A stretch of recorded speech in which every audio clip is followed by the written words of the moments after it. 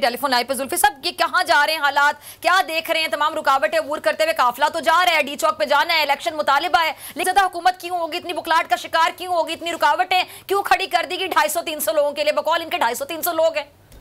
इन्होंने जितनी भी कोशिश की है रुकावटों की, अल्लाह का बड़ा फजल है कि हम तोड़ के आ चुके हैं।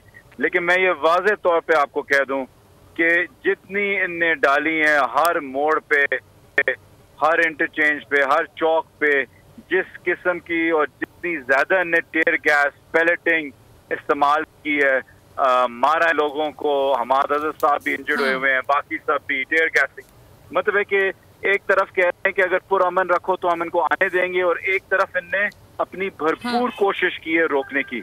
इसके बावजूद जो इंसानी सैलाब आया है इस्लामाबाद और जो पहुंचने वाला है, ये जो आप देख रहे हैं, ये शायद आधे से भी कम हो जो इंशाल्लाह जो खान साहब के साथ आ रहा है। और फिर आप देखेंगे कि जो इस्लामाबाद रावलपिंडी के लोग हैं, वो घरों से, जो फैमिली है, वो कब कैसे निकलेंगे जब ये जब ये वायलेंस कम होगा और खत्म होगा, तो फिर आप देखना कि और कितने लोग निकलेंगे। अच्छा जुल्फी बुखारी साहब, काफिला कहाँ तक पहुंचा है इमरान खान साहब का? और यहाँ तक इत्तलात आ रही है जो शेलिंग है वो ज्यादा कर दी जाएगी, बेतहाशा होगी जब खान साहब पहुंच जाएंगे इस्लामाबाद। कटी पहाड़ तो हमें वो तोड़ के हम तो अभी इस्लामाबाद पहुंच ही गए हैं, तो खान साहब कुछ घंटा दूर हैं, ज्यादा से ज्यादा 1.5 घंटा दूर हैं।